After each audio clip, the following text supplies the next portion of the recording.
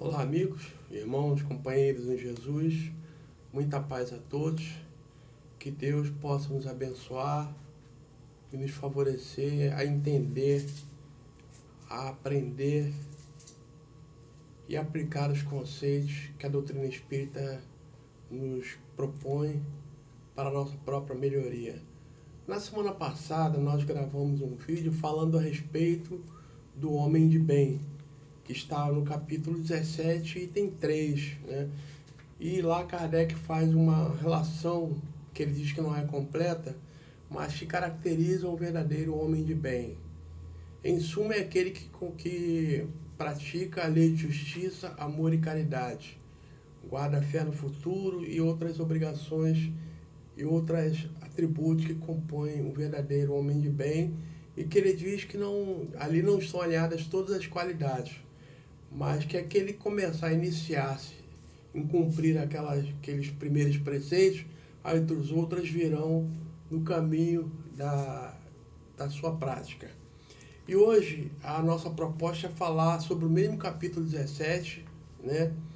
Sede perfeito como perfeito é o vosso Pai Celestial, que é uma assertiva de Jesus, que fala dos bons espíritas, que é o item 4. E Kardec começa a sua dissertação dizendo assim: bem compreendido, mas sobretudo bem sentido. Isso aí para nós já deixa um campo para uma observação muito vasta, porque todo religioso ele pode ter um bom conhecimento, é um excelente teórico, mas a religião, a filosofia, a doutrina, ou seja lá o código de éticas que ele adote para a sua conduta, ela não será uma eficácia tão verdadeira e tão boa se não vier acompanhado do sentimento.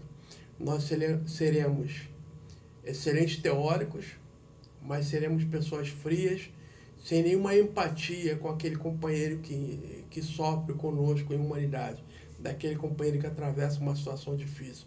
Então é preciso que a gente alie o nosso conhecimento ao nosso sentimento também. Nesse sentimento de empatia que nós nos referimos há pouco, de nos colocar na mesma situação, ou nos imaginarmos na situação que aquele companheiro atravessa, para daí imaginar o que ele sente e saber a melhor maneira de ajudá-lo. Se não for assim, o conhecimento será apenas teoria, sem nenhuma eficácia maior que não seja a instrução própria. E Kardec coloca no título Os Bons Espíritas. Então, se ele fala os bons espíritas, ele relaciona no meio da sua dissertação nos espíritas imperfeitos, ou seja, aqueles espíritos que não são bons ainda, né? Então, ele vai traçar aqui algumas situações que a gente vai colocar ao longo da nossa conversa. Ele começa dizendo: bem compreendido, mas sobretudo bem sentido, o espiritismo leva aos resultados acima expostos. O resultado acima exposto que ele fala é quando, lá no item anterior, quando ele fala do homem de bem, que é aquele que cumpre a lei de justiça, amor e caridade. Então, se nós entendemos e compreendemos e sentirmos a doutrina dos espíritos, ele forçosamente nos levará a atingir o resultado que vai nos facultar a condição de atingir o homem de bem. Então, para que o homem de bem seja vislumbrado em nós, seja erigido, seja construído em nós, é preciso que a gente tenha os conhecimentos espíritas bem compreendidos, mas sobretudo bem sentidos. Aí nós vamos, afinal, aferir aquele resultado que ele coloca no item anterior, quando ele fala do homem de bem.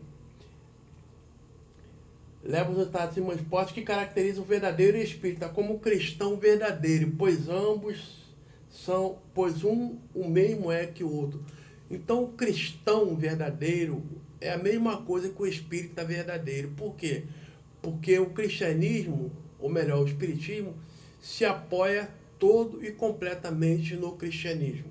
Nada, não institui nenhuma nova moral, não fala nada diferente, apenas esclarece forma de melhor entendimento para nós aquilo que o cristianismo quis dizer e que Jesus só se referia, aliás, na maioria das vezes se referia de forma alegórica, coisas que não ficaram bem entendidas, né? Então o espiritismo vem apenas esclarecer, apenas não é o termo correto, mas o espiritismo vem por completo explicar, desvendar os mistérios, poderíamos dizer assim, que foram lançados pelas alegorias a que Jesus falava, né? Muitas das vezes ele falava de forma que não era entendida pela humanidade da época, porque era um conhecimento para ser entendido em épocas posteriores.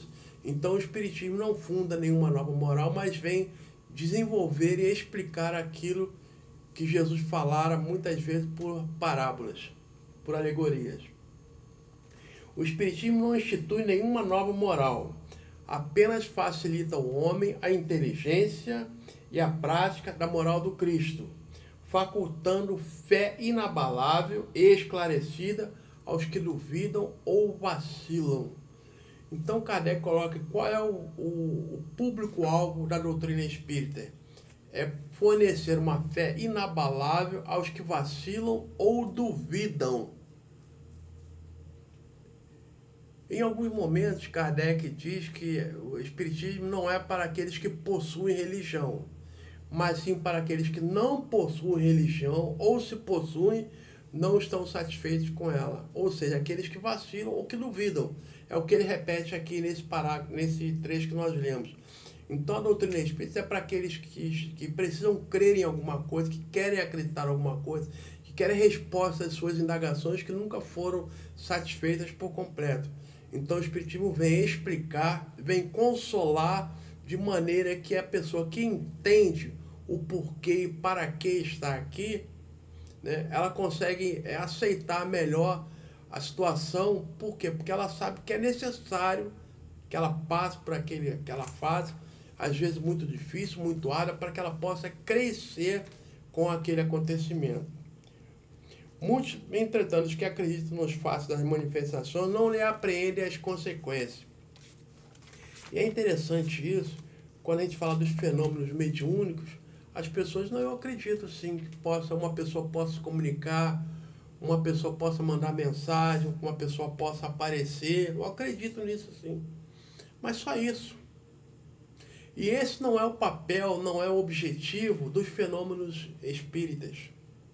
Os fenômenos espíritas são para nos esclarecer que existe algo além da matéria, que esse algo além da matéria, que nós chamamos de espírito, continua participando da nossa vida intensamente, ainda que a gente não perceba, ainda que a gente não consiga sentir, mas isso é verdadeiro. Há pessoas que têm uma sensibilidade extrema ou relativamente uma sensibilidade relativa, que consegue perceber claramente a presença desses companheiros e muitas das vezes a intervenção desses amigos na nossa vida.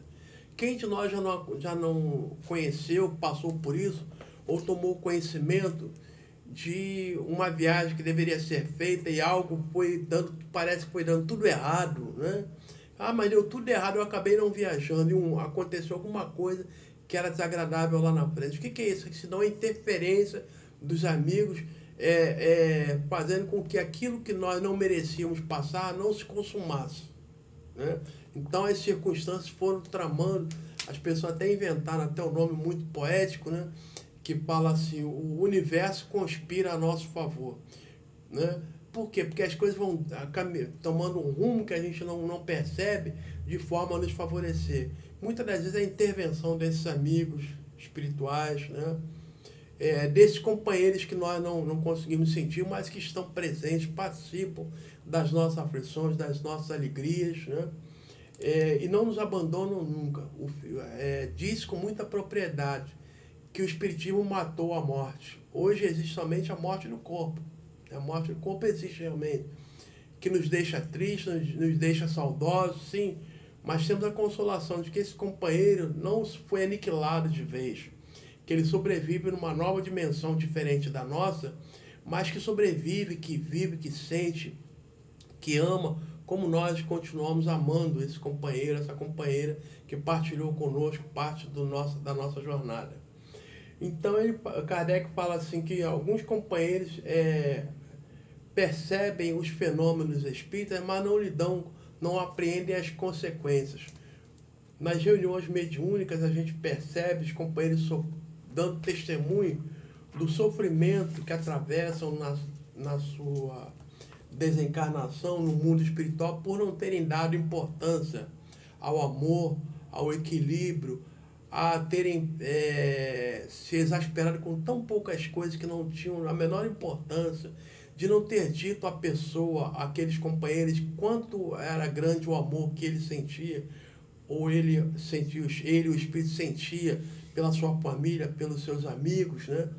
E deixaram de fazer tantas coisas, deixaram de visitar aquele companheiro enfermo, deixaram de aproveitar melhor o seu tempo.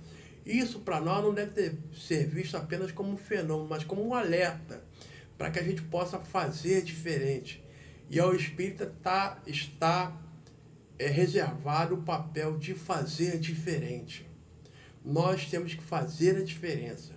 Nós não precisamos ser diferentes, mas precisamos agir diferente. Lembrando que Jesus falava, se cumprimentares apenas os que vos cumprimentam, se quiseres bem apenas os que também te querem bem, o que fazes diferente dos fariseus? Não fazem eles assim? A mesma coisa somos nós.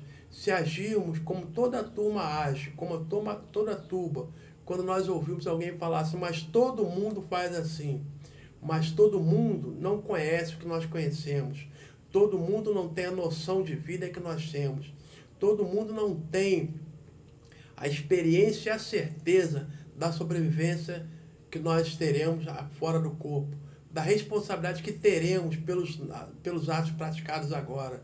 Então é preciso que a gente faça diferente. Reclamamos do mundo, o mundo realmente não está da maneira como queríamos, mas e o nosso mundo? A começar da nossa casa, do nosso trabalho, será que está diferente? Será que nós estamos agindo diferente? Será que nós estamos sendo esse elemento de mudança? Ou queremos que as pessoas mudem e nós continuemos os mesmos, com os nossos vícios, com as nossas esquisitices, com os nossos preconceitos? Será que é assim? Então precisamos repensar e fazer como Santo Agostinho falava. A cada término da nossa jornada, verificar, passar os nossos atos em revista e ver se fizemos todo o bem que podia. E se não deixamos alguém motivo para se queixar de nós. E se chegarmos a essa conclusão, não vamos nos roer de remorso, nem nos entregarmos ao desânimo. A passagem evangélica diz que a cada dia basta o seu mal. Então, se fizermos mal num dia, no outro façamos diferente. Façamos o dobro para poder recuperar o prejuízo que tivemos no dia seguinte. Sabendo que nós somos capazes, nós podemos. Basta nos querer, acreditar, ter fé e a certeza de que Deus está sempre do nosso lado, nos incentivando a seguir em frente. Muito obrigado a todos, muita paz.